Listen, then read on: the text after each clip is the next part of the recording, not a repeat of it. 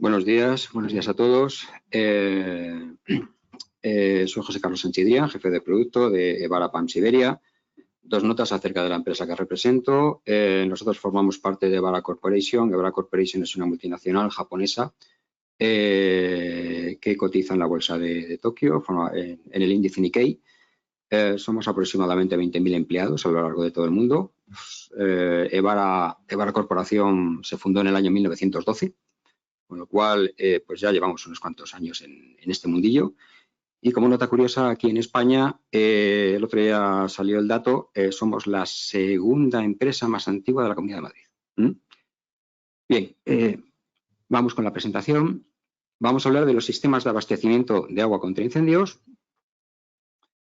Bueno, aquí vamos a ver un poco la agenda, la problemática de los edificios singulares. Vamos a fijarnos un poco en la normativa de aplicación. Edición y aplicación de las normas según el RIPCI, la UNE 23500, que esto es nuestra norma de cabecera, la que se dedica principalmente a abastecimiento de agua. Hablaremos de las fuentes de agua, los diferentes tipos de fuentes de agua y cómo enfocarlas a edificios singulares, categorías y clases de abastecimiento, los accionamientos de los grupos de bombeo, accionamiento por motores eléctricos, por motores diésel, lo que nos permite la norma, lo que no nos permite y cómo resolverlo.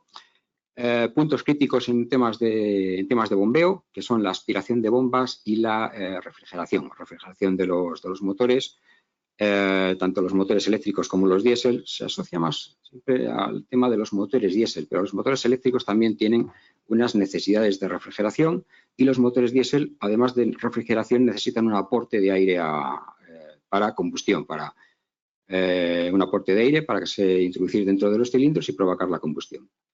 Luego veremos una serie de soluciones prefabricadas de bombeo, especialmente adecuadas para edificios singulares y referencias. Bien. ¿Qué nos encontramos en los edificios singulares? Nos encontramos con una problemática un tanto específica. Primero, el espacio requerido. A veces hay problemas de espacio, tanto para la reserva de agua como para el equipo de bombeo. Tenemos espacio limitado y tenemos que resolverlo. El tema de acceso. Puede ocurrir que tengamos una sala de bombas pues, de unas dimensiones adecuadas, tenemos una fuente de agua adecuada, pero el problema es el acceso. Nosotros continuamente nos están solicitando como fabricantes, nos dicen, oye, es que tengo este grupo contra incendios, pero es que tengo que pasar por un pasillo de 90 de ancho. Tengo que meter un grupo contra incendios por una trampilla de 90 por 80. Pues es una problemática. Es una problemática y no menor, porque hay instaladores que nos piden, mándame el grupo desmontado. Bueno, a ver, el grupo tiene que ir montado, nosotros montamos el grupo, porque montamos el grupo, lo probamos en el banco de ensayos, tenemos que expedir los certificados que nos pide la normativa. Si luego lo desmontamos, tenemos que tener la garantía de lo que dio, de que esos resultados plasmados en la certificación de fábrica lo vamos a obtener también luego cuando se remonte por segunda vez en la sala de bombeo. Y luego las necesidades de la sala de bombas, ventilación y refrigeración. Ventilación, sobre todo para el tema de los motores diésel, vamos a dar dos notas acerca de las diferentes opciones que tenemos para la refrigeración de los motores diésel. Y un problema que nos encontramos es la evacuación de los humos de los motores diésel. El motor diésel tiene la ventaja de que no necesita energía, la energía la genera allí in situ, pero tenemos que dar salida a los humos. Y esto no es tan sencillo como nos pregunta la gente muchas veces, oye, ¿de cuánto tengo que poner la chimenea? ¿De 2 pulgadas o de 3 pulgadas? Bueno, vamos a ver, esto hay que hacer un cálculo de chimeneas acorde a la normativa. Normativa de aplicación, sobradamente conocida, tenemos el RIPCI, Real Decreto 513/2017, el Reglamento de Seguridad contra Incendios en Establecimientos Industriales y el CT. El famoso Reglamento de Seguridad contra Incendios en Establecimientos Industriales, bueno, pues estamos a la expectativa de ver si sale algo, no sé si aquí alguno de los presentes tiene más noticias. Supuestamente esto ya salió a exposición pública, se hicieron alegaciones después del verano del año pasado, se mandó a Europa dio su aprobación, se decía que para principios de este año lo íbamos a tener y de momento pues estamos a final de junio. El tema de normas, tenemos la UNE 23500, que es abastecimiento de agua, la UNE 12845 de sistemas de rociadores automáticos que sí tienen un apartado donde cita los abastecimientos de aguas, bueno, y luego reglas técnicas de CPRB, la RT2ABA, la RT1 ROC, la CA 4001, etcétera. Vamos con nuestra norma de cabecera, la que nos marca el abastecimiento, la 23500. Claro, hay diferentes ediciones de la norma. Tenemos la del 2012, que es la que se cita en el RIPCI. Después hubo una revisión y actualización que salió en el 2018. Y la última, la más actual, que es la que tiene publicada UNE, es la de 2021. Bien. El RIPCI, bueno, publicado en el BOE en 2017, entra en vigor a los 6 meses. Vale. Dentro del anexo 1 nos dice características e instalación de los equipos y sistemas de protección contra incendios y nos dice que serán conforme a lo establecido en la norma UNE 23500. Y en el apéndice del anexo UNE nos marca la edición de la norma, la UNE 23500-2012, sistemas de abastecimiento de agua contra incendios. Digamos que aparece como con año de edición. El propio RIPCI, ya dentro de su disposición final cuarta, cita una nota relativa a la actualización de normas. Dice que serán de obligado cumplimiento y se identifican por sus títulos y numeración, incluyendo el año de edición. ¿Esto qué significa? Pues que hay que ceñirse a la edición de la norma con su año de edición. Si no, el RIPCI pondría norma, la que sea, la 23500, sin año de edición, y se entendería que sería la última. Pero no, incluye el año de edición. Y aquí nos dice, cuando una o varias normas varíen su año de edición, deberán ser objeto de actualización en el listado de normas y se deberá hacer constar la fecha a partir de la cual dicha norma, la antigua edición, deja de tener efectos reglamentarios. Y cuando no haya recaído dicha resolución, se entenderá que también cumple las condiciones reglamentarias la norma posterior a la que figura en el listado de normas, siempre que la misma no modifique criterios básicos y se limite a actualizar ensayos o incremente la seguridad intrínseca del material correspondiente. Bien. Tenemos luego la guía técnica de aplicación del RIPCI, editada por el Ministerio de Industria. Esta es la revisión 3, es bastante reciente, es de marzo del 2022, tiene 2 años y 3 meses. Y aquí nos habla sobre instalaciones de abastecimiento de agua contra incendios en edificios antiguos. Entendemos con edificios antiguos, un edificio antiguo ya es un edificio singular. Nos dice aquí que se puede dar el caso de que sea casi imposible cumplir con todos los requisitos que pide la norma UNE 23500-2012. Vemos que esto es de marzo de 2022. Marzo de 2022 ya teníamos la norma 23500 edición 2021, pero sigue citando la de 2022, esta guía técnica de aplicación. Sabéis que la guía técnica de aplicación no es ni más ni menos que el RIPCI, con notas aclaratorias que ayudan a su interpretación. Dice, en estos casos, en concreto con las soluciones de acceso o ubicación a la sala de bombas, por lo cual habría que analizar la situación concreta del edificio antiguo y buscar una solución a medida que garantice el cumplimiento con el presente reglamento.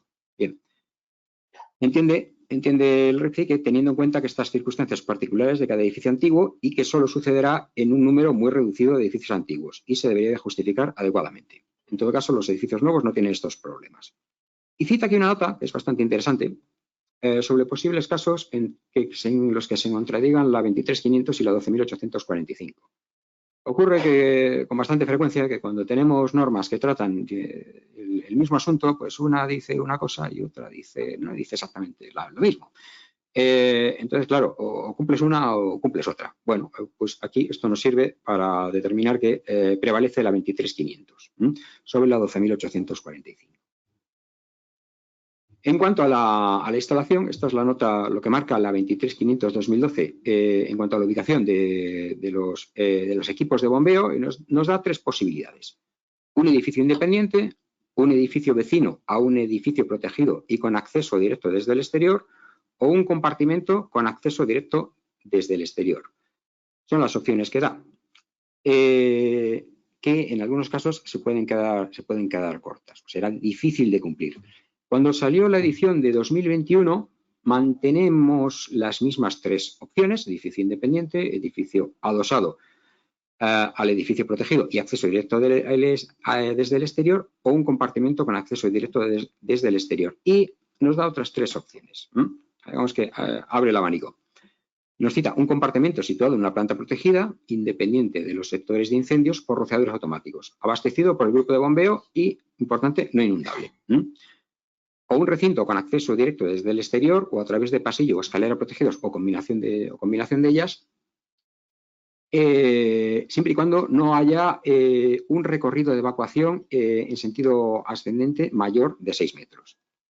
Y al final, pues cita aquí una última opción, una solución alternativa a las anteriormente planteadas, con un proyecto, con una justificación técnica y, digamos, aprobada por todas las partes involucradas. La propiedad, el mantenedor, organismos de control y las autoridades. Claro, aquí hay un problema. Aquí digamos que hay nos da más opciones, pero si nos volvemos al RIPCI, el RIPCI me marca la edición del 2012, esto es lo que dice la norma 2021.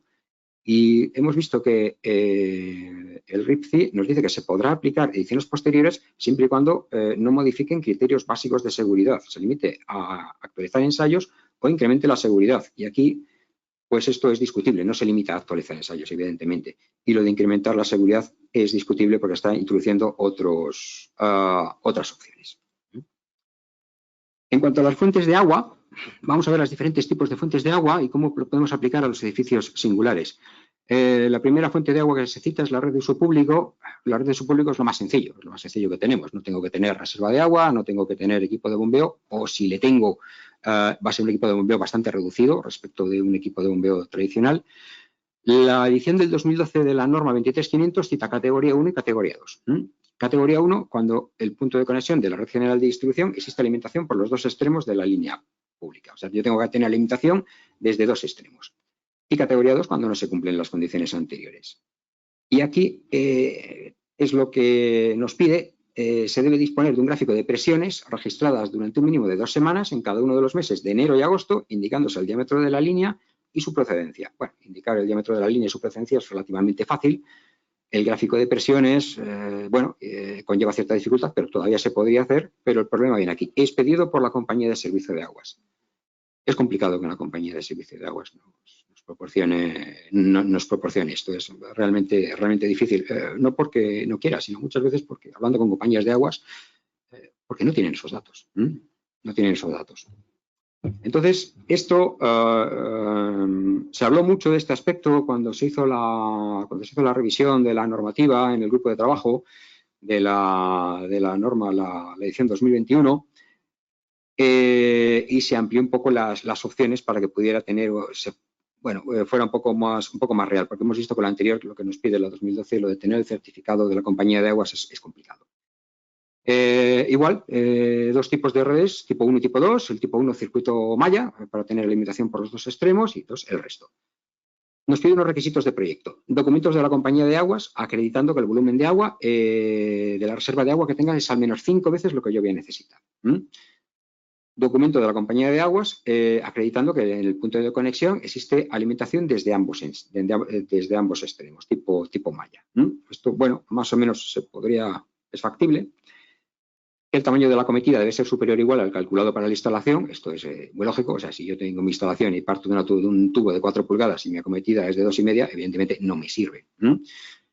Información técnica con datos propios o de la compañía de aguas de caudal mínimo necesario en máxima demanda estacional u horaria. Bueno, aquí puedo hacer mis propias mediciones para ver si tengo un caudal mínimo. ¿Qué es lo que necesito? Necesito caudal y presión para mi sistema de abastecimiento.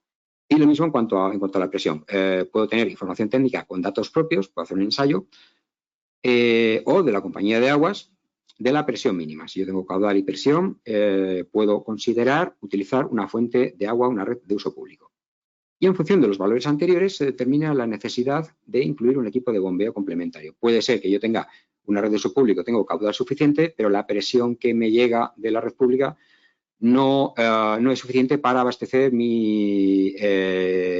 los equipos que tenga, mis redes de rociadores, bocas de incendio, hidrantes, etcétera. Entonces, lo que puedo poner es conexionar directamente un equipo de bombeo a la red de uso público que me proporcione la presión que me hace falta. Las bombas siempre nos van a dar una presión diferencial. Cuando decimos que una bomba da cierta presión, X bares, X metros de columna de agua, lo que sea, lo aporta a lo que se encuentra. Por ejemplo, si yo tengo una red de uso público en la cual tengo 2 bares de presión, si yo le conecto una bomba en placa, me dice que da el caudal que dé a 4 bares, a la salida de la bomba me va a dar los 4 bares que me da la bomba más los 2 bares de entrada, voy a tener 6 bares. Problema de esto, tenemos problemas cuando la presión en la acometida no es constante, sino que me oscila. A veces puedo tener 2 bares, a veces puedo tener 4, a veces puedo tener 5. Ahí tenemos una problemática. Ojo, basta con eso, con hacer unas pruebas, yo voy allí, mido tal y me da caudal, vale, bien, me da la presión y eso me vale la red de uso público y me olvido de la reserva de agua y demás, me olvido de la reserva de espacio. No. La edición 2021 de la norma dice, vale, eso me vale para el proyecto, pero después hay que probarlo. En la puesta en servicio de la instalación hay que probarlo. ¿Cómo se prueba? Pues hay que hacer 3 pruebas del caudal nominal superior en un 20% al calculado y a la presión total. En día laborable o de mayor actividad entre las 7 y las 22 horas. Claro, si por ejemplo es un hotel en una estación de esquí que tiene afluencia el fin de semana y yo hago la prueba en un día laborable que apenas hay ocupación, pues no me vale, oiga. Tiene que hacer cuando tenga su máxima ocupación. La diferencia entre pruebas, 240, 270 minutos, o sea, 4 horas. No vale hacer. Hago una prurueba, espero 10 minutos y hago otra prueba seguida. No. Y la presión obtenida hay que aplicarla a un coeficiente de minoración de 0,9 y debe ser superior a la requerida por el proyecto. Y luego, en caso de tener una bomba conectada en serie, se debe comprobar el punto del 140% del caudal nominal. En las bombas... Las bombas, grupos de presión de bombeo conexionados a depósitos normales, aljibes, además del caudal nominal de la bomba, que es el caudal de diseño de la instalación, se les exige que la bomba debe estar sobredimensionada para dar un 140% de la presión nominal. Entonces, claro, si esto se exige cuando tengo una reserva de agua, que tengo la reserva garantizada, también hay que exigirse cuando utilizo una red de uso. Vale. Suponemos que se cumple todo esto. Se cumplen las condiciones de proyecto, hago mis pruebas, cumplo todo esto, la instalación es correcta, tengo caudal y presión suficiente. Pero, ¿qué ocurre si con el tiempo varían las condiciones? Porque, claro, la compañía de aguas me da caudal y presión en ese momento y con el tiempo, pues me pueden abrir un polígono al lado y ya me han variado esas condiciones. Es un problema, porque si yo he considerado una alimentación por la red de uso público, a ver, y ya no me vale, tendré que ver otra solución alternativa y a lo mejor no tengo espacio suficiente para poner una reserva de agua o un equipo de bombeo. Otras fuentes de agua, fuentes inagotables, río, lago, mar, artificiales, canal, embalse, pozo. Bueno, esto en edificios singulares no suele ser habitual. Depósitos, es lo más habitual que nos vamos a encontrar, depósitos. Tenemos la normativa, nos establece 3 tipos de depósitos tipo A, B y C. El tipo A, 100% del volumen especificado, con una reposición automática en 36 horas, o me olvido de la reposición automática, lo sobredimensiono un 30% y me olvido. El tipo B, muy parecido al anterior, y el tipo C de capacidad reducida. Vamos a fijarnos en estos últimos de capacidad reducida por el tema de la problemática de espacio. ¿Qué significa el de capacidad reducida? De capacidad reducida es que no tengo que tener almacenado el 100% de la reserva que me marca mi sistema de abastecimiento durante el tiempo de autonomía previsto, sino que puedo tenerlo menor. ¿Por qué? Porque cuando las bombas empiezan a funcionar, a la vez que empiezan a succionar, a consumir el agua del depósito, tengo un aporte por el llenado automático. Estamos hablando del tipo C de capacidad reducida, pero tienen unos límites. Dependiendo del tiempo de autonomía requerido, pues si es menor de 30 minutos, el depósito debe tener al menos un 30% de la capacidad del volumen, si es de 30 a 90, un 50%, y si es mayor de 90, un 70%. O sea, ya estamos hablando que en el mejor de los casos puedo reducir el depósito a un 30%. Ojo, hay que tener en consideración otros aspectos. Por ejemplo, los depósitos de capacidad reducida se deben de alimentar a través de unas válvulas. La reposición debe ser automática con válvula de flotador y debe ser doble. Debo tener 2 válvulas de alimentación. Para que en el caso de que algunas, si tengo cualquier tipo de problema, si me obstruye no funciona, siempre tengo otra. Depósitos de gravedad. Tipo ABC, similar a los de alimentación de bombas. Depósitos de gravedad es igual que los depósitos que hemos visto, pero están situados en una cota superior a la del abastecimiento, de tal manera que por gravedad yo tengo altura geométrica suficiente, descontando las pérdidas de carga, para abastecer mi sistema de alimentación de agua contra incendios. No es habitual, ni mucho menos. Y luego depósitos de presión. Depósitos de presión estipula la norma una capacidad mínima de 15 metros cúbicos hora y en caso de vaciado se debe suministrar el aire y el agua completamente en un intervalo no máximo o no mayor de 8 horas. Luego, la propia norma, tanto la edición 2012 como la 2021, establece unas clases y categorías de abastecimiento. Está tres clases de abastecimiento, tipo sencillo, superior y doble, y categorías. Categoría 1, categoría 2 y categoría 3. ¿Cómo establezco yo mi clase de abastecimiento? Parto de los sistemas que tengo que alimentar. Pues yo tendré, según me obligue la reglamentación, tendré sistemas de BIES o sistemas de rociadores, diferentes riesgo ligero, ordinario, extra, hidrantes, espuma física, agua pulverizada.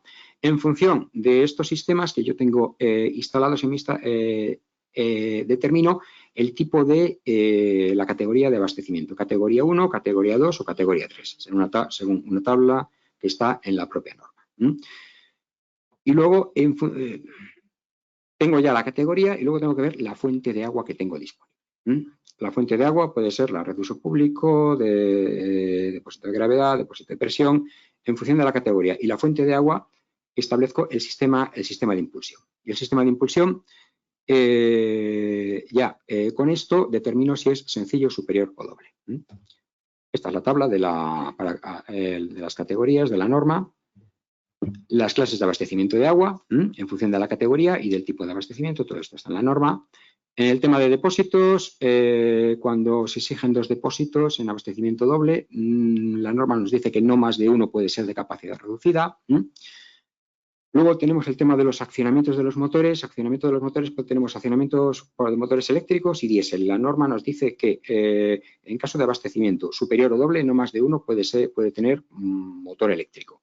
La antigua norma, la edición del año 90, sí nos permitía tener 2 motores eléctricos con una serie de condiciones, siempre y cuando tuviéramos 2 suministros de energía independientes. Podrían ser 2 compañías eléctricas diferentes, 2 centros de transformación diferentes o una compañía y tener un grupo electrógeno aparte. Aquí no nos deja tener más de un motor eléctrico, con lo cual en abastecimiento superior o doble, que es donde se exigen 2 equipos de bombeo, tenemos que ir a equipos diésel con la problemática de los equipos diésel, ¿vale? Hay algunos casos en los que es interesante desdoblar el caudal. ¿Qué significa desdoblar el caudal? Yo puedo poner una bomba que me dé el 100% del caudal que necesita mi instalación, hay otra opción que es poner 3 bombas del 50% del caudal. Esto es especialmente interesante en edificios singulares cuando tenemos limitaciones de acceso. Como os he hablado antes, tengo una limitación de acceso, es que tengo que pasar por un hueco tal y no me entra. Bueno, pues entonces, en lugar de poner una bomba que me dé, no sé, 500 metros cúbicos hora, puedo poner 3 bombas cada una de 200 metros cúbicos hora. Entonces, tendré bombas más pequeñas y mejores opciones de acceso. Otras ventajas, pues menor potencia eléctrica, bombas de mayor disponibilidad, reducción del golpe de arete, normalmente menor espacio y obra civil, puesto que permite hacer un compacto prefabricado de este tipo, mejor adaptación al caudal requerido por la instalación, menor coste total y mejores condiciones de acceso. El tema de aspiración de bombas es lo más crítico, es la parte más crítica en el abastecimiento. La norma nos dice que se deben usar bombas horizontales en carga, siempre que sea posible, instaladas con presión estática de aspiración positiva, es decir, que la bomba esté en carga. A grosso modo, la bomba está en carga cuando el agua, por su propio peso, le llega a la boca de aspiración de la bomba. Se debe evitar que la tubería de aspiración, hay que evitar que llegue la posibilidad de formación de bolsas de aire en la misma. Por eso se debe utilizar un cono reductor excéntrico, aquí lo tenemos dibujado, nos encontramos cantidad de instalaciones donde esto no se cumple, unas condiciones determinadas de una longitud para que el ángulo de apertura no sea mayor de 20 grados. Diámetros mínimos, se considera que está en aspiración positiva cuando tenemos 2/3 de la capacidad efectiva está por encima del eje de la bomba y el eje de la bomba está a no más de 2 metros del nivel más bajo del depósito. Y como último recurso, la bomba horizontal se puede instalar en condiciones de aspiración negativa. Esto hay que intentar evitarlo por todos los medios. Hay otras normativas que no lo permiten, por ejemplo en FPA 20, FM no lo permite directamente las bombas en aspiración negativa.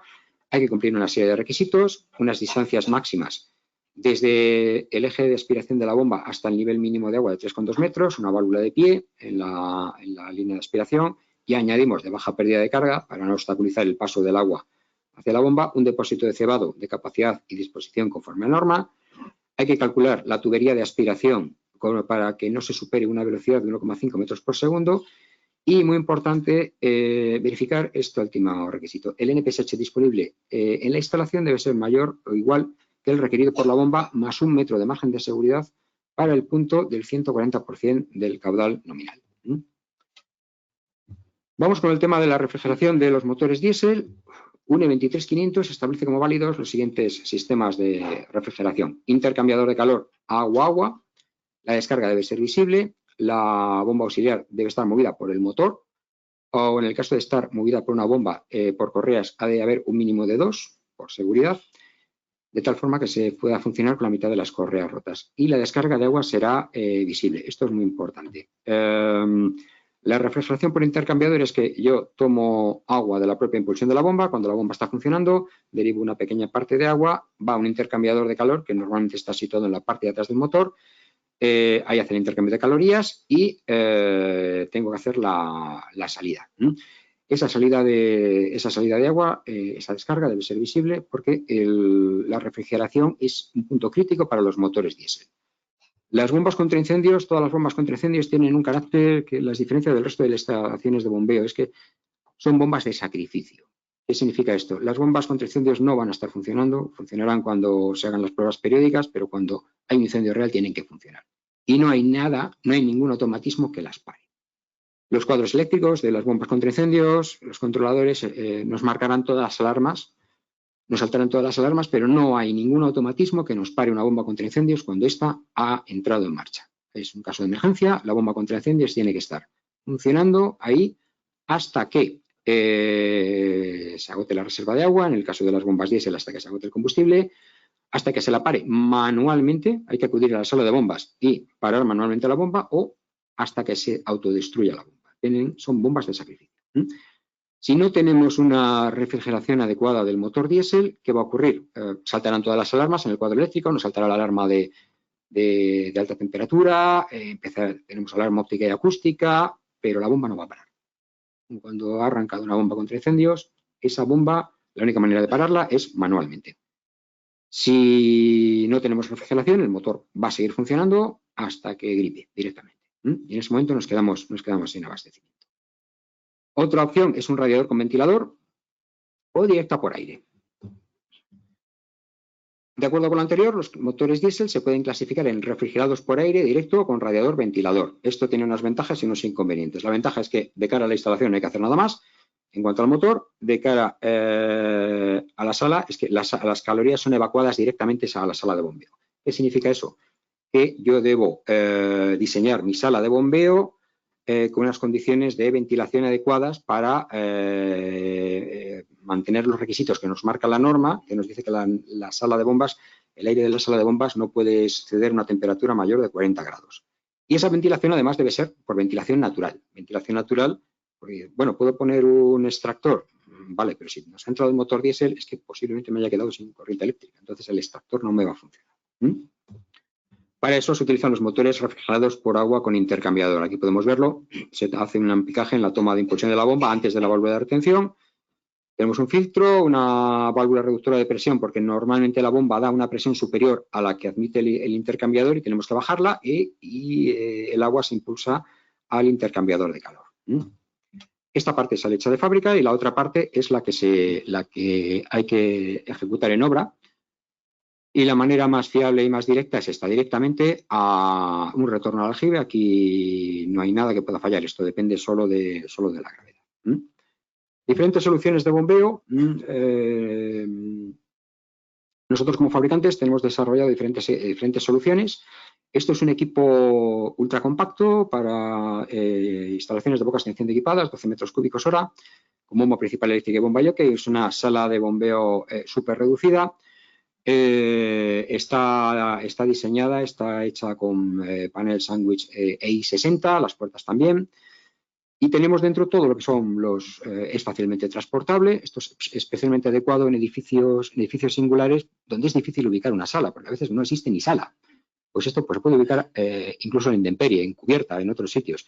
Aquí tenemos las medidas, 1 metro por 1,40 por 1 metro más o menos, es bastante manejable, se lleva con un traspalé y incorpora todos los sistemas que necesita la sala de bombeo. La bomba, propiamente dicha, bomba principal, bomba jockey, depósito hidroneumático, tiene iluminación, un cuadro eléctrico, tiene una ventilación forzada, tiene un sistema de caldeo para mantener la temperatura por encima de lo que marca la norma, tiene ejecutada toda la parte de aspiración e incluso el caudalímetro y el tramo de pruebas. Otras soluciones de bombeo. Este es un tipo de solución de bombeo donde tenemos reserva de agua y habitáculo para la sala de bombas para soterrar. Es una solución bastante que se adapta bastante bien en según qué casos. Dentro tenemos lo que es la reserva de agua por un lado y el habitáculo para el equipo de bombeo. También con su calefactor para mantener la sala, sus ventilaciones, etcétera. De diferentes ejecuciones, con bomba eléctrica, con bomba diésel. Aquí vemos un poco más el detalle. La salida de humos del motor diésel calorifugada. Tenemos la misma versión también para superficie. Es exactamente lo mismo, pero con acceso por superficie. Y luego tenemos estas opciones que son en contenedor, una sala prefabricada, que es adecuada. Por ejemplo, tenemos aquí en los túneles de Chamartín, los túneles del AVE en Chamartín, no había sala de bombeo directamente y se optó por una solución de estas prefabricadas. Esto es un contenedor que incorpora todo lo que es la sala de bombeo. Igual está revestida, los cerramientos son de panel sándwich, I60 o I90, no recuerdo cuál era este, con todo lo que requiere la sala de bombeo, la estructura, y dentro tenemos pues bomba principal, se puede hacer en diferentes ejecuciones, bomba principal eléctrica, bomba diésel, tenemos ejecutada toda la aspiración, con lo cual garantizamos que cumple la norma y se prueba completamente. La parte de pruebas y la parte de impulsión. Bueno, algunas referencias, por citar algunas, por ejemplo, aquí el Centro Comercial Primar en Gran Vía, Madrid. Esto fue que es un edificio singular, porque el abastecimiento de agua contra incendios hubo que hacer un estudio muy particular, el aljibe estaba dividido en varias partes y se daba abastecimiento no solamente al Primar, sino que se daba abastecimiento a la estación de radio de la cadena SER, que estaba en las plantas de arriba, y a otras oficinas. El CaixaForum, edificio singular allá donde los haya. El Parador Nacional de Sigüenza, por ejemplo, pues un castillo del siglo XII. Y bueno, otras referencias. El Hospital Isabel Zendales tuvo que construirlo a marchas forzadas. Y hasta aquí, muchas gracias por su atención. Estaré a su disposición luego en el apartado al final de la jornada.